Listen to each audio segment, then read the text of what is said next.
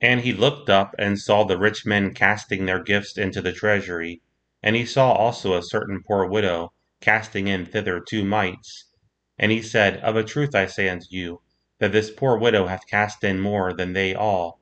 For all these have of their abundance cast in unto the offerings of God. But she of her penury hath cast in all the living that she had.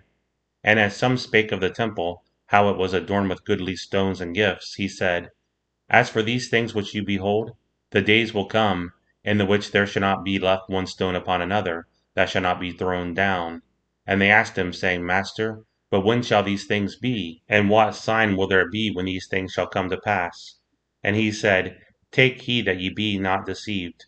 For many shall come in my name, saying, I am Christ, and the time draweth near. Go ye not therefore after them. But when you shall hear of wars and commotions, be not terrified. For these things must first come to pass, but the end is not by and by. Then said he unto them, Nation shall rise against nation, and kingdom against kingdom, and great earthquakes shall be in divers places, and famines and pestilences, and fearful sights and great signs shall there be from heaven. But before all these, they shall lay their hands on you, and persecute you, delivering you up to the synagogues, and into prisons, being brought before kings and rulers for my name's sake. And it shall turn to you for a testimony. Settle it therefore in your hearts, not to meditate before what you shall answer.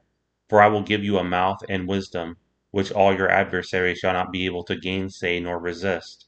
And you shall be betrayed both by parents and brethren, and kinsfolks, and friends, and some of you shall they cause to be put to death. And you shall be hated of all men for my name's sake.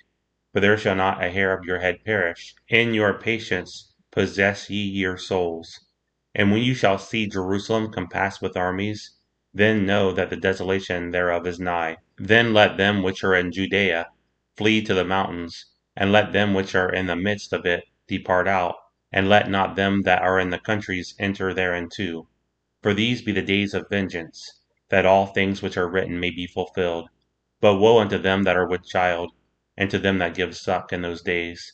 For there shall be great distress in the land, and wrath upon this people.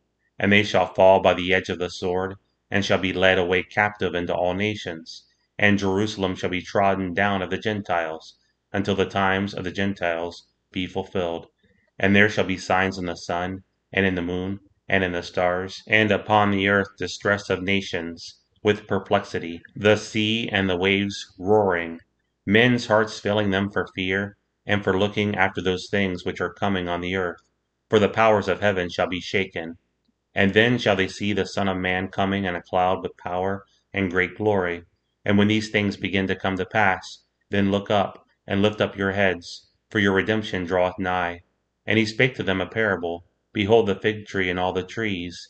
When they now shoot forth, you see and know of your own selves that summer is now nigh at hand. So likewise ye, when you see these things come to pass, know ye that the kingdom of God is nigh at hand. Verily I say unto you, this generation shall not pass away, till all be fulfilled. Heaven and earth shall pass away, but my word shall not pass away. And take heed to yourselves, lest at any time your hearts be overcharged with surfeiting, and drunkenness, and cares of this life, and so that day come upon you unawares. For as a snare shall it come on all them that dwell on the face of the whole earth. Watch you therefore, and pray always, that you may be accounted worthy to escape all these things that shall come to pass, and to stand before the Son of Man. And in the daytime he was teaching in the temple, and at night he went out, and abode in the mount that is called the Mount of Olives. And all the people came early in the morning to him in the temple, for to hear him.